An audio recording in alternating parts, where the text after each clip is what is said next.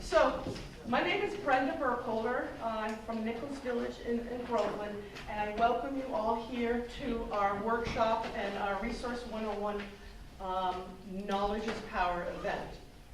I'm going to speak for a couple minutes, and then we have a facilitator who will help with discussion, and then we have two professionals who will join us for a 40-minute discussion about all sorts of resources that are available to people who are here in the resource room, who can help you plan your next lifestyle change, retirement. And so there's a variety of people here, and in your program right here that everybody got, there's a list of everybody in there.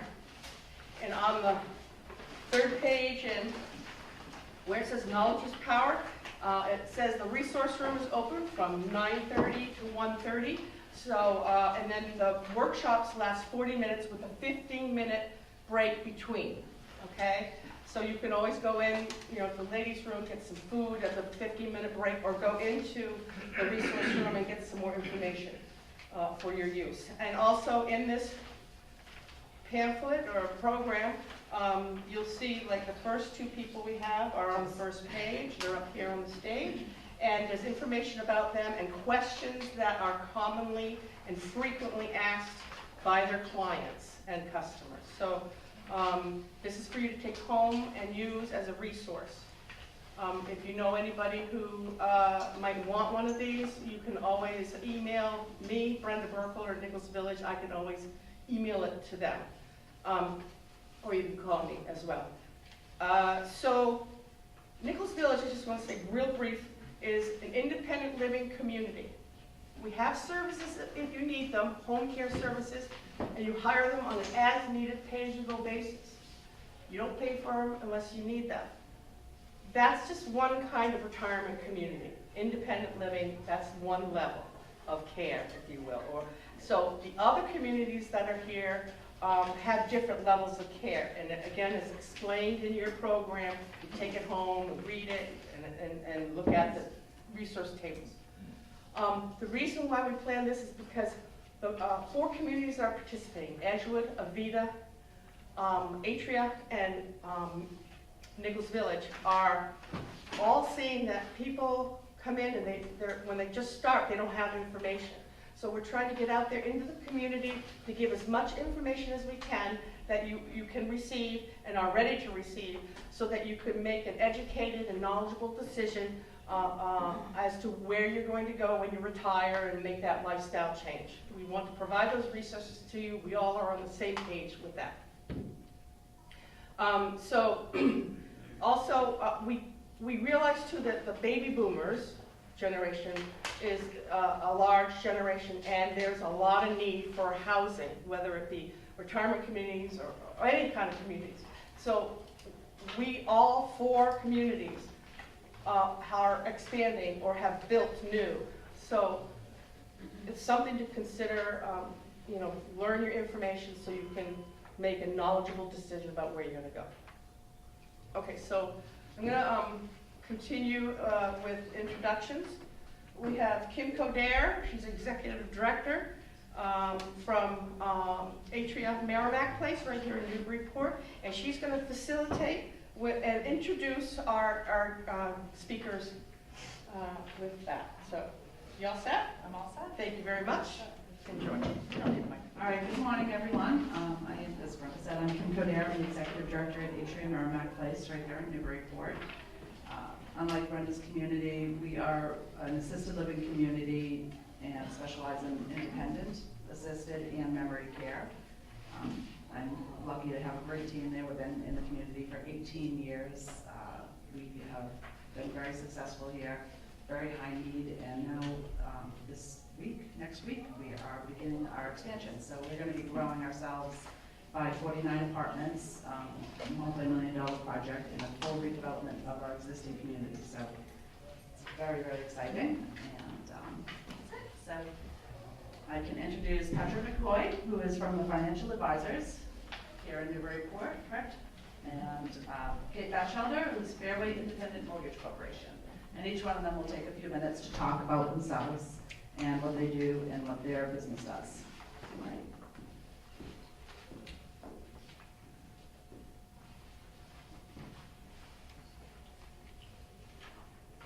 Green. The mute button, actually. There we go. Can you hear me all right? Is it on? Yeah. Good. Good morning. Hope you're all having a great morning. Thank you for coming out today. Appreciate it. As you mentioned, I'm Patrick McCoy. I'm with the Financial Advisors. We are an independent registered investment advisor. We are employee-owned. We have 9 advisors and a total of 15 employees. We have 2 offices, one in Newburyport, right behind the new Black Cow building, and the other one is on Essex Street in Andover. We specialize in financial planning, comprehensive financial planning, and also investment management. One of the misconceptions about financial advisors in general is that they just manage money. They manage investments, and that's true in most cases actually, but we're different. Everyone that comes through our door goes through a comprehensive financial planning process. We're looking at your cash flow, your cash reserves. We're assessing your risks.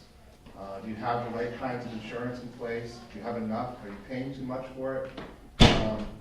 We're going to look at your estate plan. Do you have a power of attorney? Do you have a healthcare proxy? Do you have wills in place? All those types of things. We help people with college planning, if that's their goal. We help, probably the most important for us and the most common is retirement planning, which is part of the reason why I'm here. So we really get into the weeds with our clients, and we look at their budgets, we look at their taxes, we look at all of their various expenses, and we make a plan, basically. We look at your expenses, what you pay each month, and how you live, and we assess whether you can continue to live that way in retirement. That's what most people want, is really just to continue with their current standard of living. It'd all be nice to win the lottery and get 1.6 billion or whatever it is now, but that's not the reality. The reality is that we all need to plan for retirement so that we can maintain our current standard of living, and we have to understand that there's inflation out there, and so it's going to take more dollars in future years to maintain your standard of living, the one you have today. So that's really a big part of what I do, and I'm local here, and if you'd like to shop locally, you know, we're a part of that. We're part of the community. Thank you.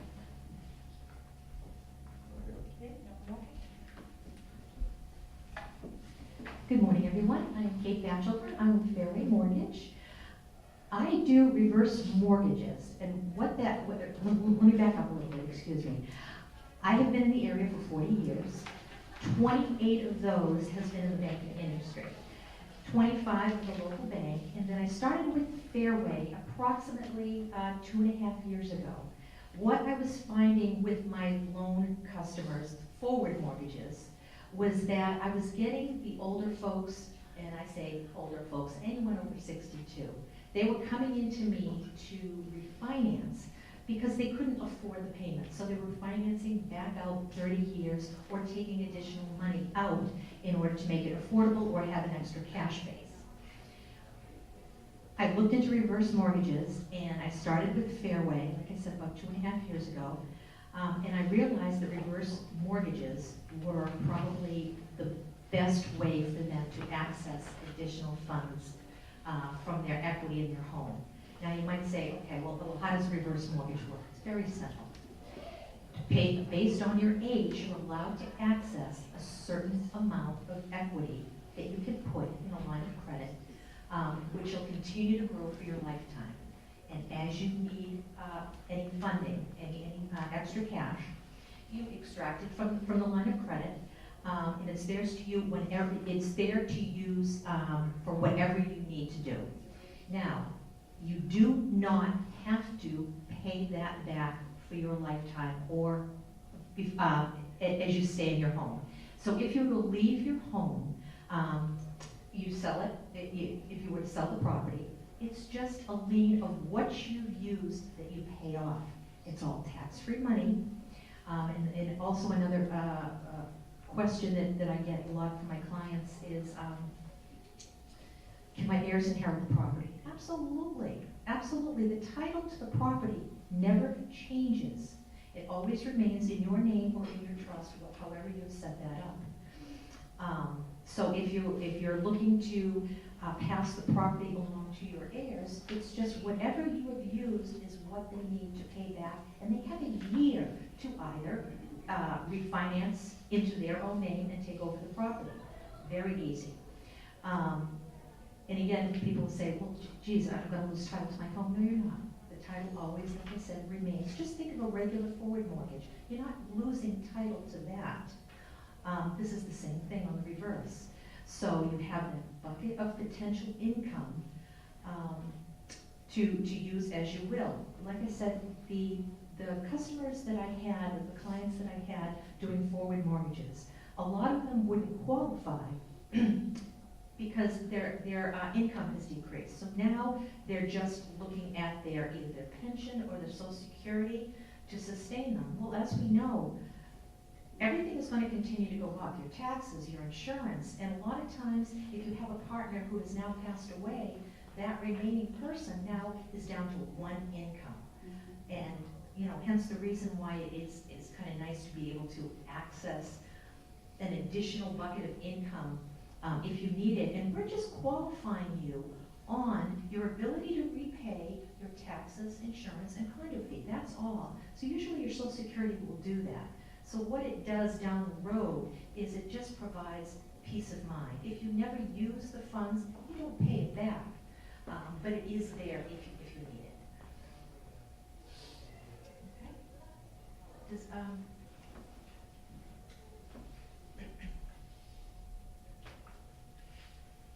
Okay, thank you both. Does anybody have any questions for either? Do you need to own your own home in order to qualify for a reverse mortgage, or? Yes. I'm gonna repeat your question, so just before Okay. you answer, if you don't mind, just to make sure it gets heard by everyone. It's okay. Say that one more time. Do you need to own your own home outright in order to apply for the reverse mortgage? Okay, so the question is, do you need to own your property entirely before you can reverse? You need to have title to your home, and it's got to be a primary residence. But you can have a mortgage on that property. You don't need to own it outright, because a lot of times the reverse mortgage that you receive, the funding, will pay off, it needs to pay off that mortgage. And it's kind of nice now that you don't have to make a mortgage insurance payment, and you don't have to pay this back as long as you're in the property. Does that make sense? Yeah, and does that affect how much you're allowed as, for money? No, the amount that you receive for approval for funding is based off of the value of your property, which you get an appraisal, value of your property, and your age. So the closer you are to 80, the more equity that you can extract. If you're 62, you may get approximately 40% of the value. So it just depends on the age.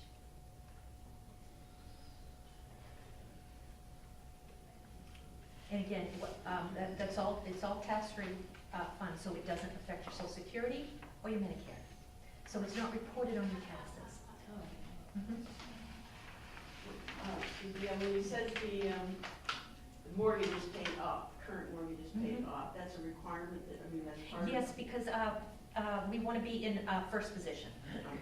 Yeah, and it is an FHA program, so it is federally guaranteed, which is great. So so let's say if you're going through, reverse mortgage funding, which is one of our entities that would take over your mortgage, and you would deal with them as far as your funding. Let's just say ballpark, reverse mortgage funding went belly up.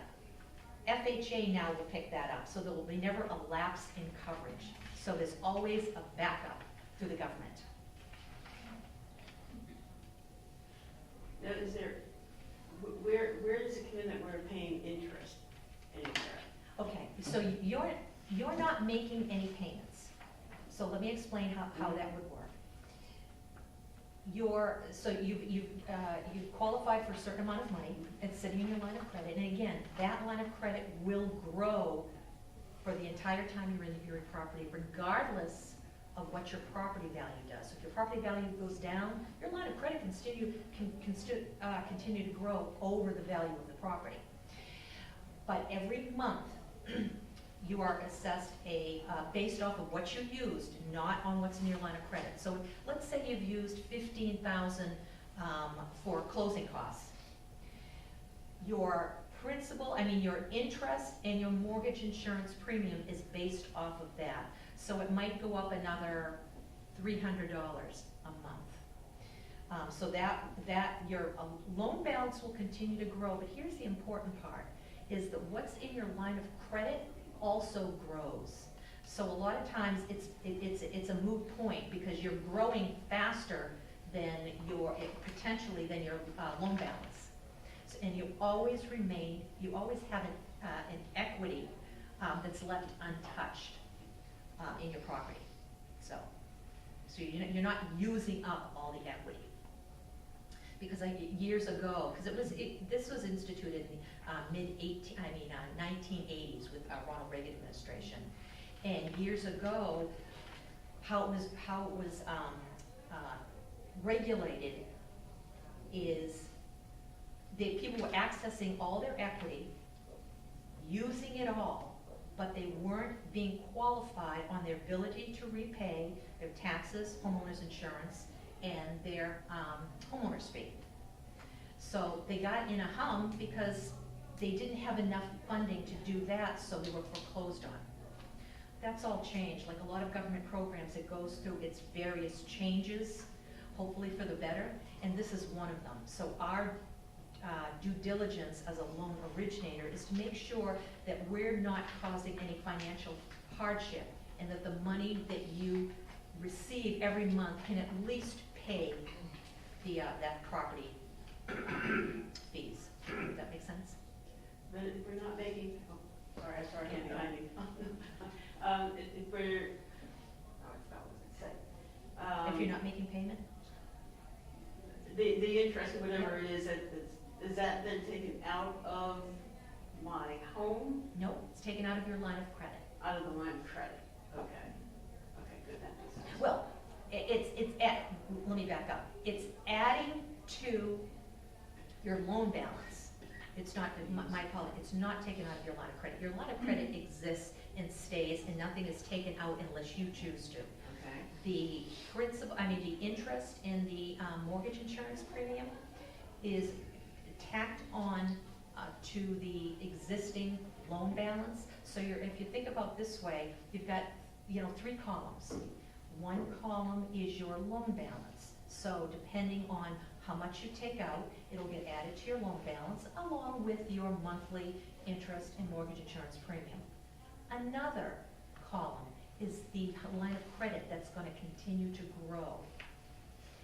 The last column is the equity that's left preserved, that's left untouched. So it's assumed that your equity in your property is going to appreciate hopefully 4%. The interest rate for your line of credit is the same as the loan balance. So let's say it's 5% of what you're being charged. That 5% is also what you're growing your line of credit with. So that line of credit, depending on how much you're using, can essentially grow a lot faster than what you will. Yeah, you mentioned mortgage insurance. Typically, if you're taking out a mortgage, that only applies if you don't have equity in it. In this case, a mortgage insurance premium or mortgage insurance is placed on riskier loans. Now, the reason why FHA and HUD have put mortgage insurance on a reverse mortgage is because potentially you could use up your equity, and if we've got a downturn in property values, and that causes your property value to go down, you're not responsible. So if you were to sell your property, let's say you owe $300,000, but your property is only worth $200,000, you're only responsible for paying off $200,000. So that's why they consider it a little riskier, because you could gain more than what the property is worth, but that's why it's backed. So for like a paid off mortgage, Mhm. chances are there wouldn't be any kind of mortgage insurance. I mean, I don't owe any money on my house. Okay, so in which case, again, because it's an FHA product, you're going to have to do the mortgage insurance premium, but again, you're not paying that, the house is. Does that make sense? My house and I are the same, I'm sorry. Well, Okay. yeah, yes I mean, and that no. sounds right. Yes and no, because you're building up your potential line of credit that you can use faster than what you have to pay on it. So essentially, you're gaining more money. Okay, because I thought I heard in you a say kitty. what you would gain on the add to the credit line is probably equal to what the mortgage insurance would be. No, the mortgage insurance is based off of what you're using. So let's Okay. say you only used 15,000, your mortgage insurance is gonna be a very small, you know, $70, $75, whatever it is, it's gonna be very small.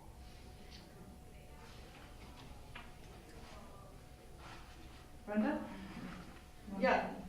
I'm just wondering, Patrick, and just review how financial advisors is different than an investment advisor? Thanks. That's a good question. It's in the book, so obviously I think so. I think that the reality is that most investment advisors, what they want to do basically is find out how much you have in assets, and then that tells them how much they can charge you to manage those investments. And for my company, we really start with a comprehensive financial plan. It's not about the investments. That's sort of one spoke on the wheel, if you will. We really need to cover all of these other topics, the ones that I've addressed earlier. Do you have the right kinds of insurance? Do you have the right type of estate planning documents? Have you planned for retirement? How can I manage your investments if I haven't gone through that retirement planning process so I understand what your needs are, what kind of growth your portfolio needs to have? Does it need 8% or does it need 5%? If I can show you that you can live the same way you're living now and keep up with inflation and only need to get a 5% return, then that's better, in my opinion, because you're not taking on the same kinds of risk that you need to take on if you need to earn 8% each year. So I think we're different in that we really get into the weeds. I know I used that expression before, but there's really so much more to it than just how much do you have and how much can I charge you. Yes. What is your fee structure? How do you base your charges for your services?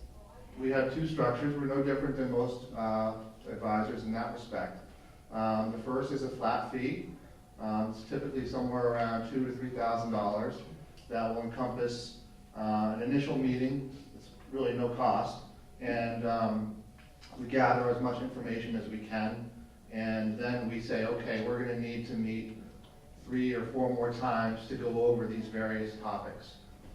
And so we charge that fee. It's an annual fee, and that covers those 3 to 4 meetings. And then we are at your disposal for the entire year. At the end of the year, it's important to keep coming back because retirement planning makes a bunch of assumptions about interest rates, about inflation, about investment returns. And so you need to come back that following year and assess what actually happened. Did inflation go up by 2%? Did you get the 6% return or 7% return? And so it's important to keep coming back. But most of the heavy lifting's already been done. So we usually cut that fee by 50% or so for future years. The other way in which we charge is we can charge 1% on the investments that we manage. If you go over $1 million, that goes down to 0.8%. But so that is the other way we can charge. If people don't want to pay the $2,000 or $3,000 out of pocket, we can assess a fee on the investments that we manage. Go ahead. My question is about the reverse mortgage. Is that program ending this year? No. I've seen so many things on and it's ending. No, I no, it's and intact. Okay. All right, thank you. Any other questions?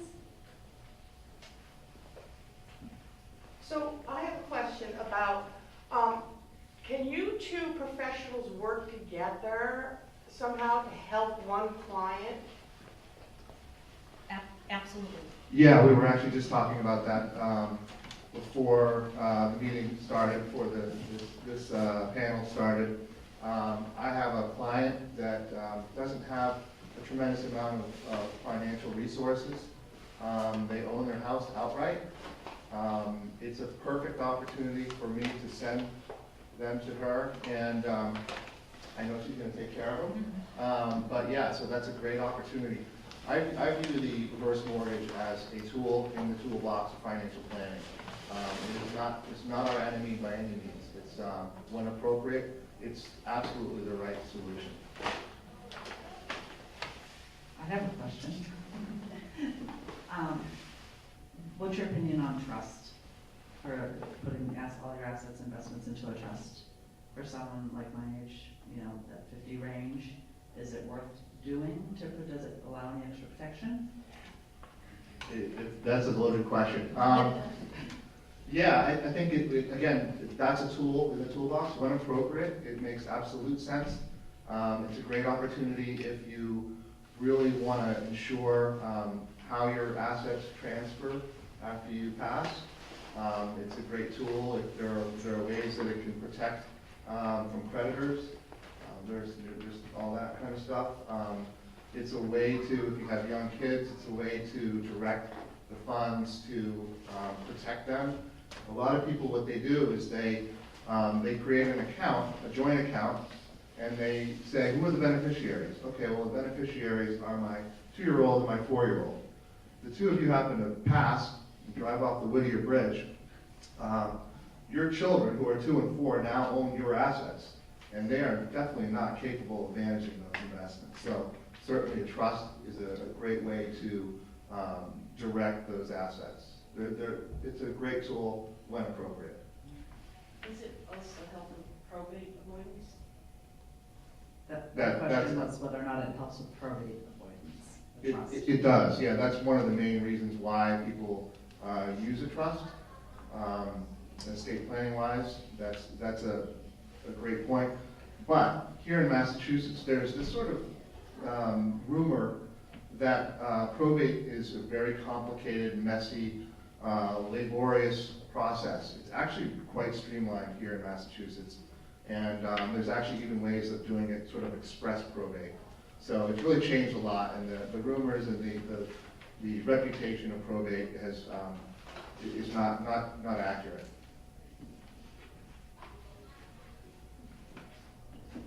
So I have a question. With the scenario you just talked about, I guess I'm thinking about what is a fiduciary, because if someone has a trust and someone has to manage the trust, if there's nobody to manage it, if you have young people, or maybe a son or an adult son or child is disabled and they can't manage it, how does that work? I'm sorry, could you repeat that? I didn't quite understand. If you have a disabled child or an adult child who can't manage a trust, how does that work? Or an underage grandchild who can't manage the trust. So who would manage that? So when you create a trust document, you work with an estate planning attorney. There's one in the other room. She'll be speaking later today. And she would create a document, a trust, frankly, that would outline who are the trustees. And so those people would be responsible for managing that trust. They don't necessarily have to make investment decisions, but they certainly have a responsibility to pay out as needed or protect children as needed. So a lot of times you might have a young adult that the parents have passed, and you have an 18-year-old that now has a trust. But if the 18-year-old were left with all of this money, who knows what they would do? And so the trustees act as sort of a gatekeeper to say, okay, I'll pay for this, I'm not paying for that. You know, I'll pay for your school, I won't pay for your tattoos, or whatnot. So absolutely, you set up trustees, you have successor trustees, and so that they can manage that. Regardless of, you know, if there's a disabled child or special needs child, again, trustees are in place to make payments, to pay bills, all of that. You mentioned fiduciary. That's an important word these days. It's one that's being, you know, talked about at the Department of Labor. We are a fiduciary. We don't act as trustees. We can, but we, as a company policy, we don't. We prefer to have that be a professional trustee or responsible family members or friends. But a fiduciary, the definition of a fiduciary is essentially to always keep the client's best interests ahead of your own. And most people will tell you that, they do that, but as a registered investment advisor, we are absolutely fiduciaries, and we must consider our client's interests way before ours. Are all financial advisors fiduciaries? No. So that's something to look for. It absolutely is. If you are a registered investment advisor, an RIA they call it, then you are a fiduciary. If you are beholden to a mothership of some sort, then you are typically what's called a broker or broker-dealer, and you are not a fiduciary by definition. Of course, you can still keep your client's best interest in mind, but you are, technically, you are not on the hook, as it were. I'm still working right now, planning on retiring in about a year and a half. I know nothing. What should I be doing to get kind of my ducks in a row? Where should I start? And how should I be progressing? I'll be owning my own home, like, within a year. You should come see me. Sure. That's where you start. You start with a financial advisor. But again, you want one that's going to cover all these bases. Before I visit you, what should I what do you need from me? Like, So- my bank statements?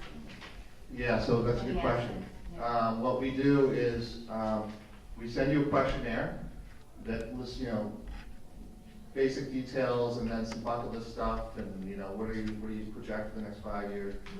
And on that questionnaire, there's a list of the documents that we want. Typically, it's your latest tax return, it's your mortgage statement, it's your, any outstanding loan statements that you have. We want to look at your investment assets. We want to look at your employee benefits, any life policies that you have. We want to look at your property and casualty insurance declaration pages. That would be your auto insurance, your home insurance, your condo insurance. Do you have an umbrella policy? So there's a lot of different documents we want to gather, and what we don't gather at that first meeting, we will gather over time. But most importantly, it's you know, taxes and financial statements, both, you know, debt and growth oriented. And as far as like Social Security, I know that this isn't the topic today. Do I sign up for things like that, or that's not part of financial? Oh, it absolutely is, yeah. So we will gather that information as well. So we can, when we start retirement planning, we need to look at all of your sources of income. And your Social Security is going to be one of them. And you're going to provide me a statement that tells you what that will be at 62, at 67, at 70, and then we'll make some decisions about when to start taking that. Absolutely, it's a big part of the plan. Thank you. You're welcome. Any other questions?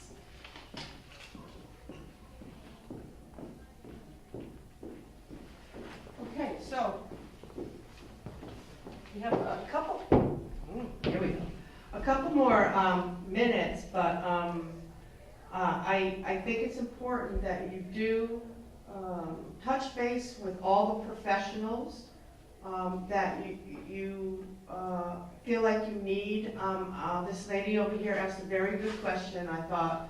I'm thinking of retiring soon, but I'm still working. I think that's an excellent question. You need to be prepared and reach out, and I think to a financial advisor is probably the best thing first, I would think. Because you need to know your monies and your choices. And then I think, too, once you find out about your choices, like Patrick being a financial advisor, he knows Kate, who is a reverse mortgage specialist. And maybe that might be a choice of yours. Maybe not, but he knows her. So, you know, when you start with one professional, you ask the questions, and then you get the answers, and then more questions will come up. So you need to keep asking the questions. And if it's in your head and you're not asking, it's never going to get solved or anything. You have to move ahead through your process. And this is one of the things as senior communities or retirement communities, Atria, Nichols Village, Edgewood, and Avita, we run into people all the time that just don't know where to start. So you just have to start, or else you'll never make forward movement through your process. So that is very, very important. And that's one of the things we want to stress to you today, to get in touch with your resources. You don't know what you don't know. What's that? You don't know what you don't know, so unless you're digging for information all the time, you're never gonna uncover something that might be incredibly important or in your plan. And that's knowledge is power. So, you know, Patrick? I just wanted to say that, you know, we don't sell any of these products. We're not insurance salespeople. We don't sell investment, you know, products of any kind.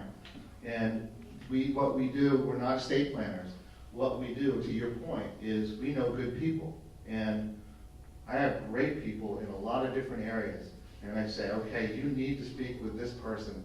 I had a client meeting yesterday at someone's home, and the woman says, well, I'm leaving my job and I'm worried about my non-compete. And I said, I know a great business attorney that you should speak to. It's not going to cost you anything.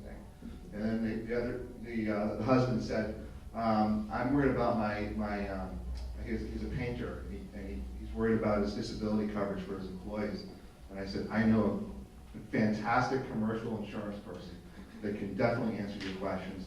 Oh, and by the way, you need an estate plan. So I'm going to send you to a fantastic estate planner that's going to set up all of these things for you. So, you know, I just want to send them out to people that I know and like and trust.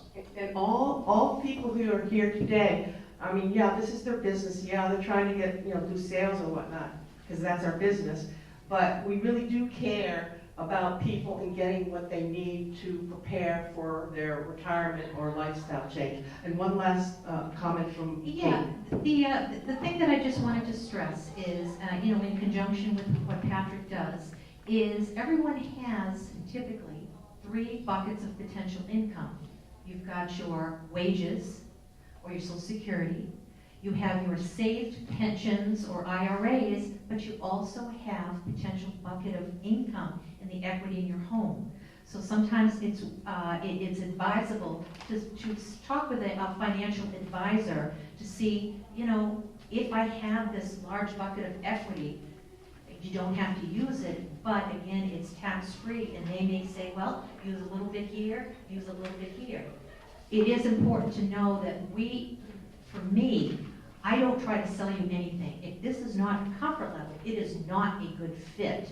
So usually I meet with my clients once or twice to make sure everybody's on the same page, and that I've quelled any information, you know, that they have, and I've answered all their questions. That's great. Thank you, everybody.